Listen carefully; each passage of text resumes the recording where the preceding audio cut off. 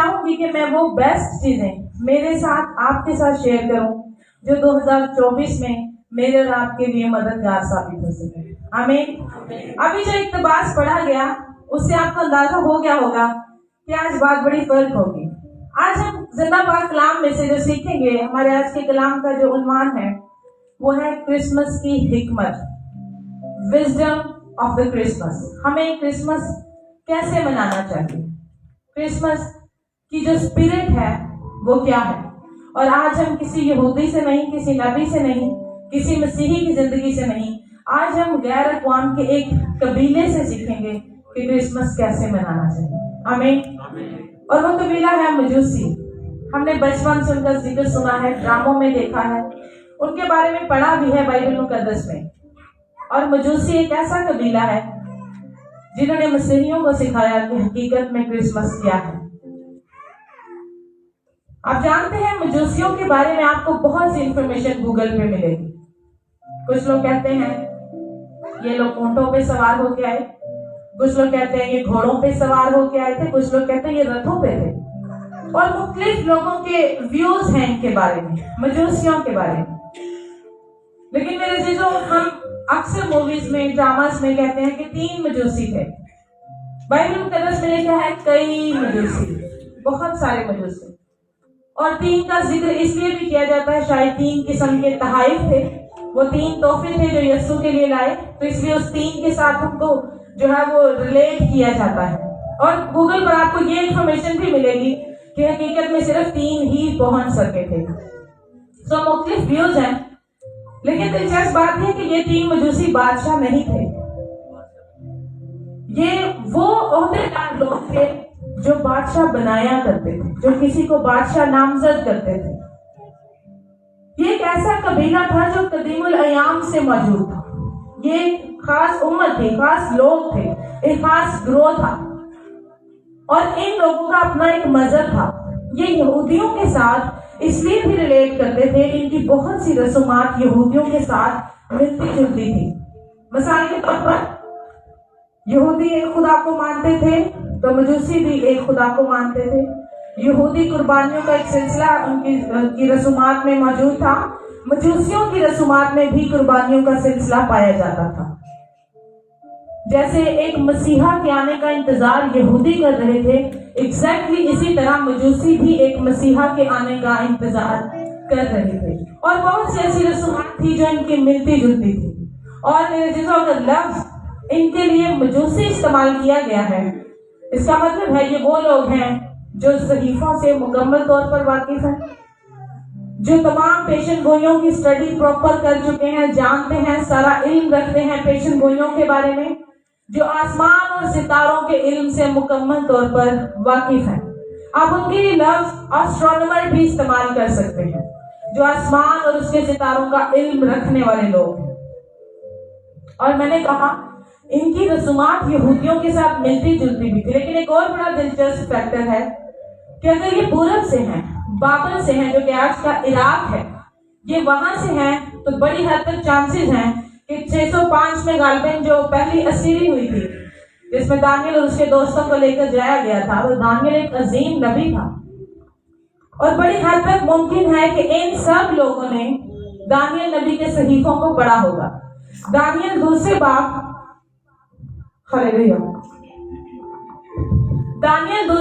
کا جب ہم مطالعہ کرتے ہیں تو ہمیں پتہ چلتا ہے کہ وہاں پر دانیل کو ان لوگوں کا حاکم بنایا گیا، حکیموں کا، اور وہاں کے سارے جو علمدار لوگ تھے. اور یقیناً انہوں نے دانیل نبی کے صحیفوں کو اسٹڈی کیا ہوگا، جس کی وجہ سے یہ مسیح کی پیدائش کے بارے میں بہت زیادہ یقین دہانی رکھتے تھے. یہ جانتے تھے کہ مسیح پیدا ہونے والا ہے. اور یہ لوگ آئے، ان کو جب پتا چلا کہ مسیح یسوع منجی پیدا ہونے والا ہے تو یہ مجوسی سفر پر نکل پڑے. پھر ہمیں اسی کہانی میں ایک ستارے کا ذکر ملتا ہے جو ان کی رہنمائی کر رہا تھا. بہت سے لوگوں کا کہنا ہے کہ یہ سٹار جو تھا، جو ان کی رہنمائی کر رہا تھا، یہ کومیٹ سٹار، سپر نووا. آپ نے اکثر ٹوٹا ستارہ دیکھا ہوگا، وہ تو کچھ سیکنڈز میں ختم ہو جاتا ہے. وہ ستارہ کیوں کر ان کی رہنمائی کر سکتا ہے؟ بائبل مقدس میں لکھا ہے وہ ستارہ ان کے آگے آگے چلا، وہ ستارہ مکمل طور پر ان کی رہنمائی کر رہا تھا.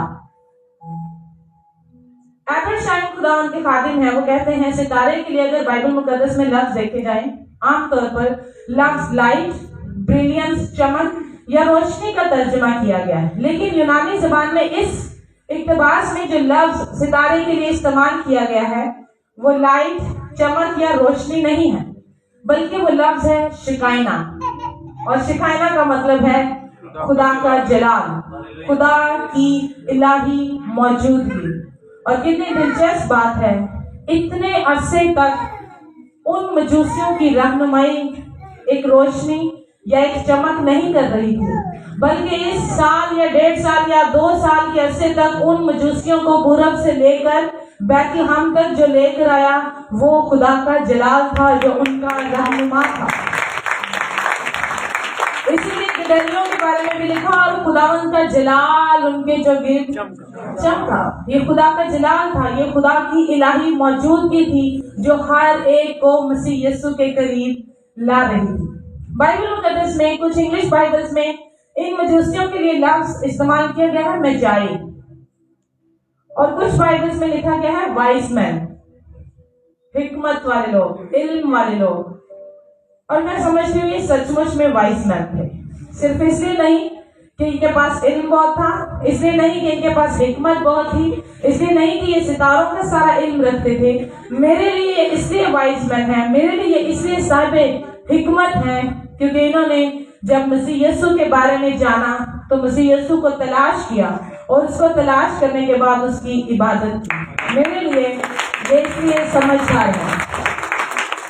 میرے عزیزوں، کرسمس کے موقع پہ، کرسمس کے دنوں میں یا زندگی کے کسی بھی دن میں اگر کوئی انسان سب سے بہترین کرسمس منانا چاہتا ہے تو وہ یہی ہے کہ وہ مسیح یسوع کا متلاشی ہو، اس کی زندگی میں مسیح یسوع کو تلاش کرنے کی، مسیح یسوع کو جاننے کی خواہش ہو، اور پھر اس کی عبادت کرنے کا جذبہ ہو۔ آج لوگ مختلف طریقے سے کرسمس مناتے ہیں۔ کل ٹیا گریس کے ان کا ایک چینل ہے، یہ لوگ ایک ویڈیو دیکھتی ہیں، تو میں وہ ویڈیو دیکھ رہی تھی، انہوں نے کرسمس کے عنوان پر پورے 1 گھنٹے کا ویڈیو بنایا، پورے 1 گھنٹے کا ویڈیو، اور اس پورے 1 گھنٹے کے ویڈیو میں ایک دفعہ بھی لفظ یسوع نہیں آیا۔ پورے 1 گھنٹے کے ویڈیو میں انہوں نے ہزاروں ڈالرز خرچے، کبھی کرسمس ٹری ڈیکوریٹ ہو رہا ہے، کبھی کھانے بنائے جا رہے ہیں، کبھی سانتا کو ڈھونڈا جا رہا ہے، سانتا کی ڈریسنگ بانٹی جا رہی ہے، اور نہ جانے سب کچھ۔ یہ یقیناً یہ ساری چیزیں کرسمس کی سیلیبریشن کا حصہ ہیں، میں ان کے خلاف نہیں ہوں۔ دا پوائنٹ از کہ اس پورے گھنٹے کے ویڈیو میں انہوں نے ڈالرز خرچ کیے، لیکن افسوس کی بات یہ ہے کہ وہ پھر بھی ان مجوسیوں کی طرح کرسمس نہیں منا سکے، کیونکہ ان مجوسیوں کے کرسمس کا مرکز مسیح یسوع کو تلاش کرنا اور اس کی عبادت کرنا تھا۔ اور دنیا میں آج بھی بہت سے لوگ ایسے ہی کرسمس منا رہے ہیں، بہت پیسہ خرچ ہوتا ہے، بہت سیلیبریشن ہوتی ہے، جشن ہوتا ہے، کھانے بنائے جاتے ہیں، لیکن دکھ کی بات یہ ہے کہ اس کرسمس سیلیبریشن میں مسیح یسوع کی تلاش اور اس کی عبادت موجود نہیں ہوتی۔ اور میں نے کہا غیر قوم کا یہ قبیلہ آج مسیحیوں کو سکھاتا ہے کہ کرسمس کیسے منانا چاہیے۔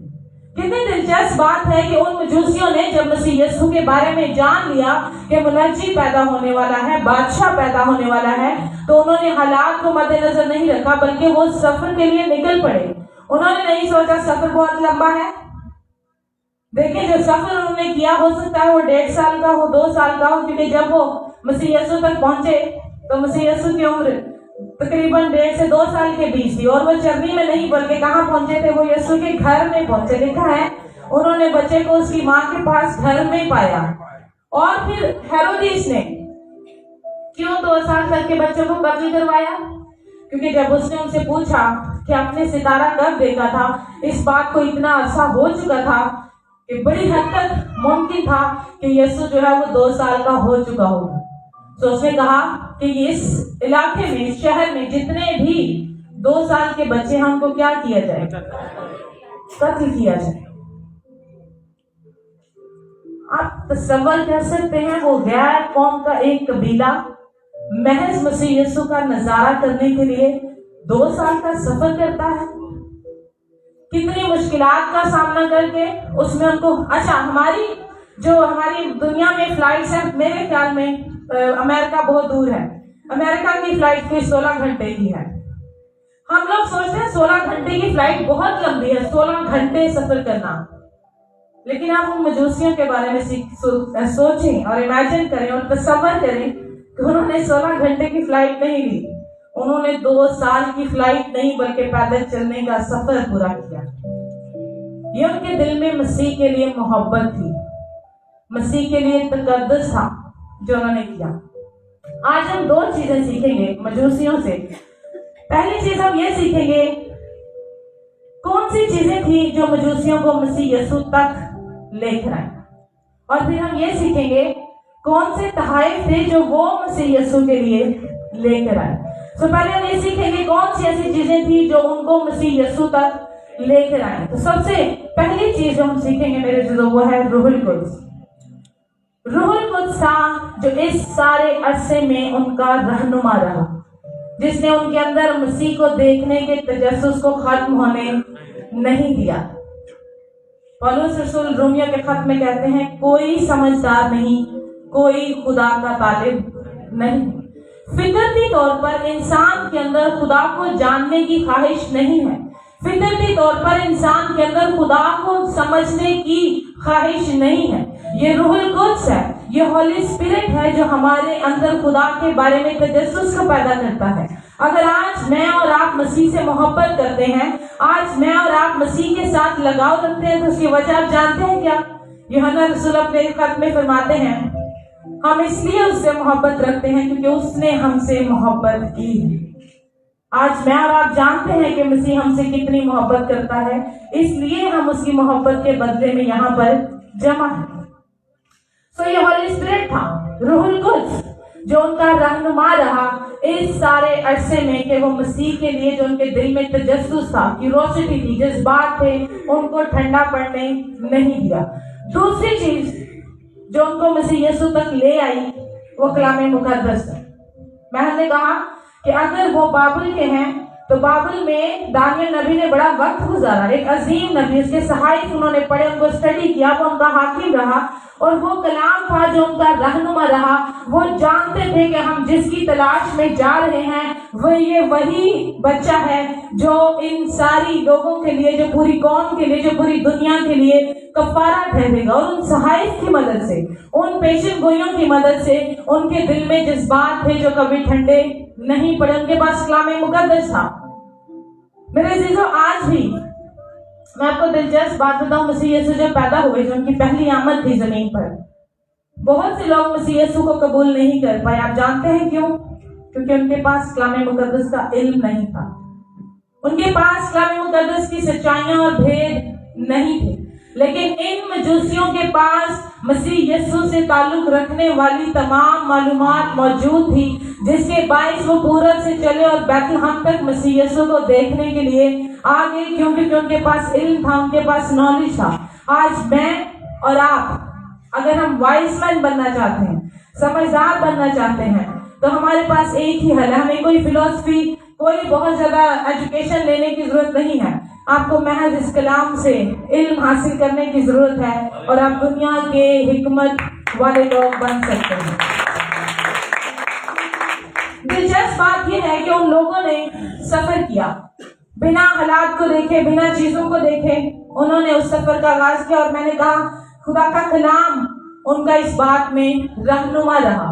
اور مسیح کی پہلی آمد کو لوگوں نے نظر انداز کیا، لوگوں نے مس کیا، کیونکہ ان کے پاس علم نہیں تھا. کلام مقدس فرماتا ہے میرے لوگ عدم معرفت کی وجہ سے ہلاک ہوئے. کس کی وجہ سے؟ علم نہیں، معرفت نہیں، وہ جانتے نہیں. اور اس سے بھی دلچسپ بات آپ کے لیے یہ ہوگی اور دکھ کی بھی یہ ہوگی کہ بہت سے لوگ مسیح یسوع کی دوسری آمد کو بھی مس کر جائیں گے. کس کی وجہ سے؟ عدم معرفت کی وجہ سے، علم نہ ہونے کی وجہ سے. آپ جانتے ہیں خوشخبری کہ منجی پیدا ہوا ہے، محل تک پہنچی، ہیرودیس کے تخت تک یہ بات آئی کہ یہودیوں کا بادشاہ پیدا ہوا ہے. مجوسی آئے ہیں. ہیرودیس یہ بات جان گیا اور گھبرا گیا کہ اگر مجوسی آئے ہیں تو سچ میں کوئی بادشاہ پیدا ہوا ہے. لیکن دکھ کی بات یہ ہے کہ جو ہیرودیس ہے وہ خدا کی تلاش کے لیے نہیں نکلا. اس کے دل میں مسیح کے لیے محبت نہیں تھی, اس کے دل میں مسیح کے لیے جذبات نہیں تھے. آپ جانتے ہیں کیوں؟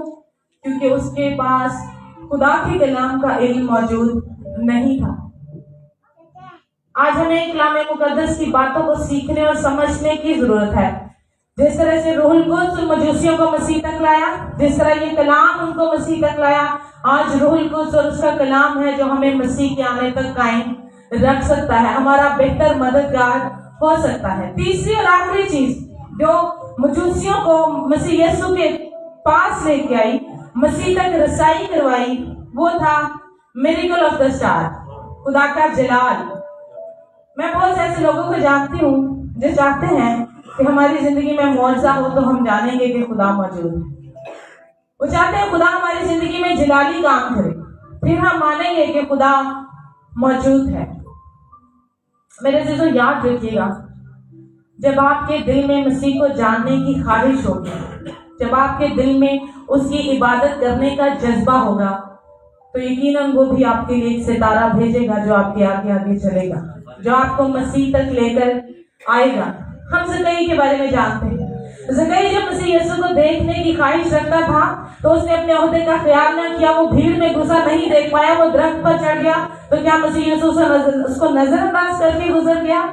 مسیح یسوع وہاں کھڑے ہوئے اور مسیح یسوع نے کہا, اے زکریا نیچے اتر آ کہ مجھے آج تیرے گھر جانا ضرور ہے. کرنیلیس خدا سے محبت کرتا تھا, خدا کے لوگوں کے لیے اتنی خراب نکالتا تھا, تو کیا ہوا؟ روح القدس جاتا اور پترس کو کہتا ہے کہ اٹھ اور جا, جو لوگ تجھے لینے کے لیے آئے ہیں ان کے ساتھ جا. کرنیلیس کے گھر میں جا کے کلام سنا. تو کیا کرنیلیس نے اور اس کے پورے خاندان نے نجات نہ پائی؟ کیونکہ اس کے دل میں مسیح کو جاننے کی جو خواہش تھی, جو جذبہ تھا, اس کا رسپونڈ خدا نے کیا. حبشی کھوجا خدا کے کلام کو جاننا چاہتا تھا, سمجھ نہیں آ رہی, یسایہ نبی کا صحیفہ پڑھا جا رہا ہے, عبادت اٹینڈ کر کے واپس آ رہا ہے, ابھی بھی چیزیں کلیئر نہیں ہیں. روح القدس نے کیا کیا؟ کیا وہاں پر خدا کا جلال ظاہر نہ ہوا؟ جب فلپس کو روح القدس نے لیا اور حبشی کھوجے کے پاس رتھ کے ساتھ جا کے کھڑا کیا, اور اس نے کہا کہ جو کچھ تو پڑھتا ہے تجھے سمجھ بھی آتا ہے. اس نے کہا ایسا کیوں کر ہو سکتا ہے جب تک مجھے کوئی نہ سمجھائے؟ اور جب فلپس نے اسے سمجھایا تو کیا حبشی کھوجے نے نجات نہ پائی؟ پرابلم اس کہ کیا ہم مسیح کو جاننے کی خواہش رکھتے ہیں؟ کیا ہمارے اندر مسیح کی تلاش کرنے کے جذبات ہیں؟ کیا مسیح کی عبادت کرنے کے جذبات ہیں؟ اگر آپ کے دل میں مسیح کو جاننے کے جذبات ہیں, اگر آپ مسیح کے بارے میں تجسس رکھتے ہیں, یقین جانے میں نہیں جانتی کس طریقے سے, لیکن آپ خدا کے جلال کو تجربہ کریں. آپ اپنی زندگی میں خدا کی الہی موجودگی کو تجربہ کریں, کیونکہ وہ یہاں پر ہماری زندگیوں میں کام کرنے کے لیے موجود ہے. دوسرا نقطہ جو آج ہم سیکھیں گے وہ ہے کون سا تحفہ وہ مسیح یسوع کے لیے لے کر آئے. ہم سب جانتے ہیں, بچپن سے ہم سنتے آ رہے ہیں کہ مسیح یسوع کے لیے کیا کیا لے کر آئے تھے؟ یہ 3 تحائف وہ مسیح یسوع کے لیے لے کر آئے. جب کوئی بچہ پیدا ہوتا ہے ہم ان کے گھر جاتے ہیں, ہمیں گفٹ دیتے ہیں, اور ہماری کوشش ہوتی ہے ہم وہ گفٹ دیں یا تو ان کے یوز میں آئے یا اس کی ایج کے مطابق ہو, اس کے پرسنالٹی کے مطابق وہ گفٹ ہو. آپ مجوسی آئے ہیں مسیح یسوع کو ملنے کے لیے, اور مسیح یسوع کے لیے پہلا گفٹ وہ لائے ہیں سونا, اور سونا اس کی بادشاہت کا نشان ہے. سونا اس بات کا اظہار ہے کہ مسیح یسوع کون ہے؟ بادشاہ. سونا ایسی دھات ہے جس کو زنگ نہیں لگتا, کبھی خراب نہیں ہوتا. اور اس دور میں بادشاہ کا جو تاج ہوتا تھا وہ گولڈ کا ہوتا ہے, سونے کا بنایا جاتا تھا. مجوسیوں کا مسیح یسوع کے لیے سونا لے کر آنا اس بات کا اظہار تھا کہ تو بادشاہ ہے اور اب تک بادشاہ ہے. آمین. یسایہ نبی نے جب فرشتہ مریم کے پاس ہے تو اس نے کیا کہا؟ اور اس کی بادشاہت کا آخر ایور لاسٹنگ, ہمیشہ تک بادشاہی کرے گا. اس کی بادشاہت کا آخر نہ ہوگا, وہ ہمیشہ کے لیے بادشاہ. اور اس غیر قوم کے قبیلے نے اس بات کا اقرار کیا کہ یسوع کیا ہے؟ بادشاہ ہے. ہی از دا کنگ. مجوسیوں نے یہ گفٹ دے کر اس بات کا اظہار کیا کہ ہم جانتے ہیں کہ تو ہمارا بادشاہ ہے۔ سوال یہ ہے، وہ غیر قوم کا قبیلہ تو جانتا ہے کہ یسوع بادشاہ ہے، کیا ہم جانتے ہیں کہ یسوع بادشاہ ہے؟ کیا ہماری زندگیوں سے ہم اس بات کا اقرار کرتے ہیں کہ یسوع بادشاہ ہے؟ متی کی انجیل 21 باب میں 23 آیت میں سے یسوع نے کہا، جو کیسر کا ہے وہ کیسر کو دو، جو خدا کا ہے وہ۔ لیکن افسوس کی بات یہ ہے، ہم کیسر کو سب کچھ دیتے ہیں۔ ہمیں کیسر کا ڈر بھی ہے، عزت بھی ہے۔ کیسر کا حصہ وقت پر جاتا ہے، لیٹ جائے تو جرمانے کے ساتھ جاتا ہے، بل ہم لیٹ جمع کروائیں تو جرمانہ ساتھ لگتا ہے، ڈبل ہو کے آتا ہے۔ لیکن آج ہم ایماندار ہوتے ہوئے، مسیحی ہوتے ہوئے، اگر ہم جانتے ہیں کہ یسوع ہمارا بادشاہ ہے، تو پھر ہم پر یہ سوال اٹھتا ہے کہ کیا ہم اس کے بادشاہ ہونے کا اقرار کرتے ہیں؟ جو اس کا ہے ہم اسے دیتے ہیں۔ ان مجوسیوں نے اس بات کا اظہار کیا کہ یسوع بادشاہ ہے۔ دوسری چیز جو تحفے میں مسیح یسوع کے لیے لائے، لبان یعنی بخور، فرینکنسائز، وہ خوشبو جو ہیکل میں عبادت کے وقت جلائی جاتی تھی، یہ ایک عبادت کا حصہ ہوتا تھا۔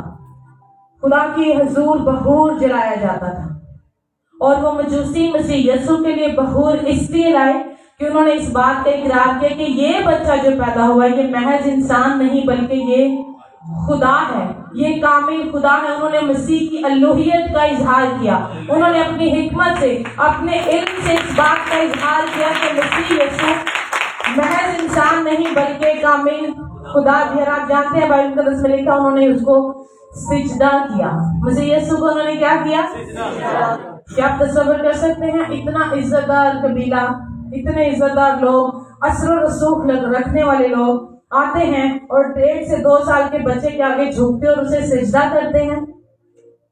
سجدے کے بارے میں بائبل مقدس کیا فرماتی ہے؟ سجدہ کرنا کس کو روا ہے؟ کیا کسی انسان کو سجدہ کیا جا سکتا ہے؟ آپ میرے ساتھ نکالیے مکاشفہ کی کتاب، اس کا 19واں باب اور اس کی 10ویں آیت۔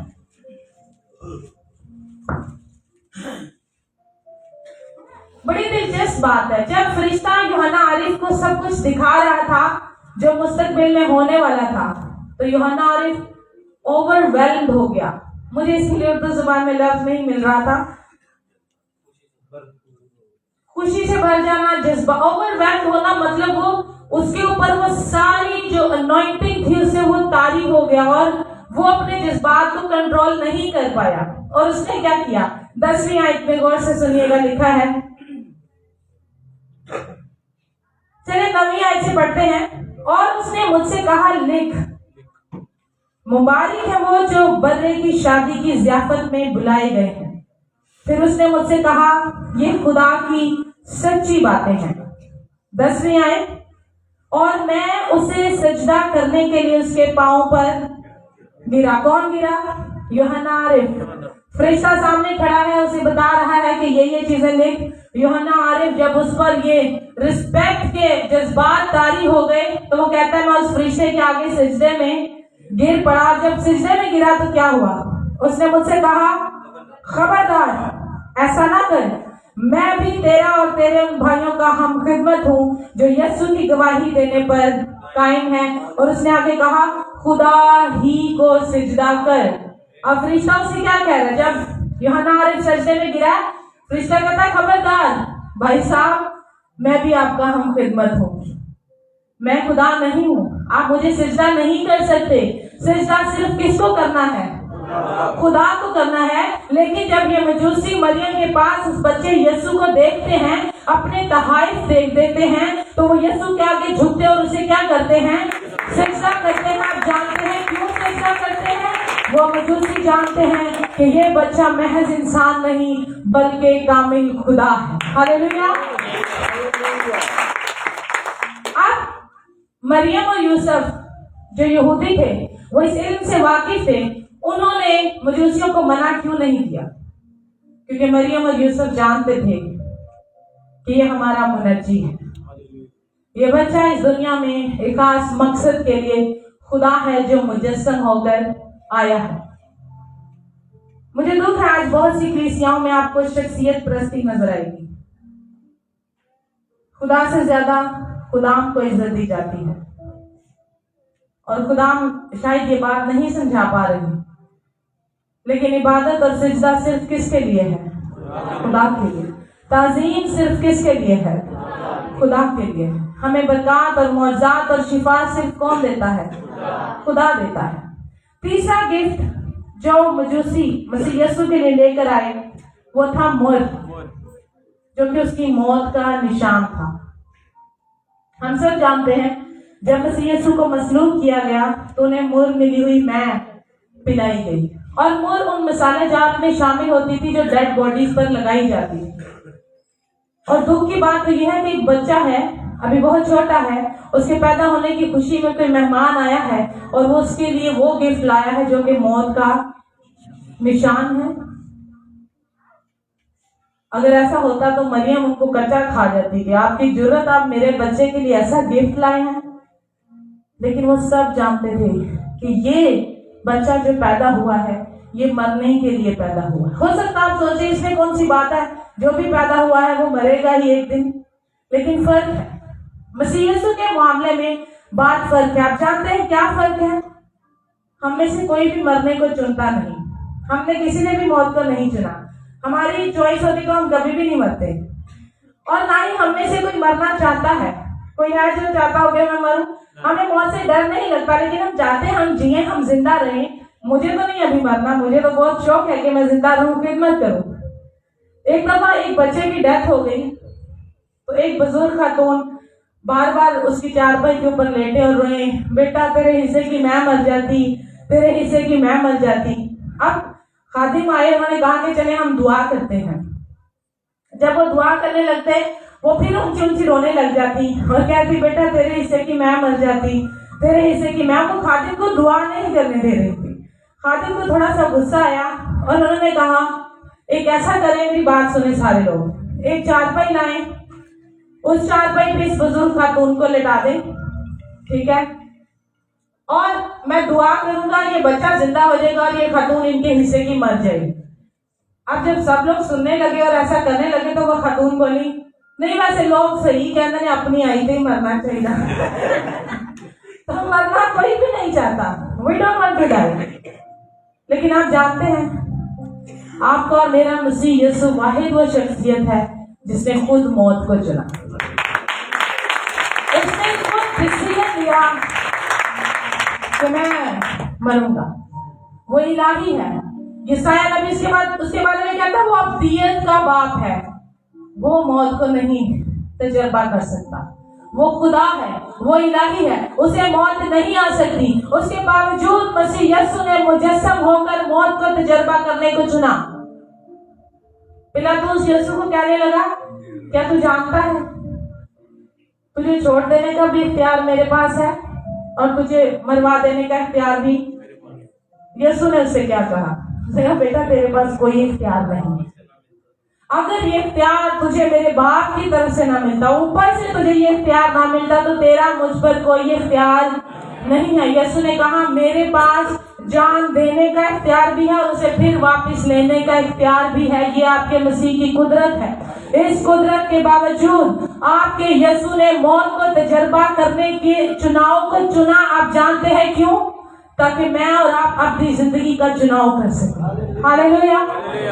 اس نے میرے اور آپ کے لیے موت کو اس لیے چنا تھا کہ میں اور آپ زندگی کی آپشن کو اوکے کر سکیں کہ ہمیں جینا ہے، اور اس نے میرے اور آپ کے لیے یہ کیا۔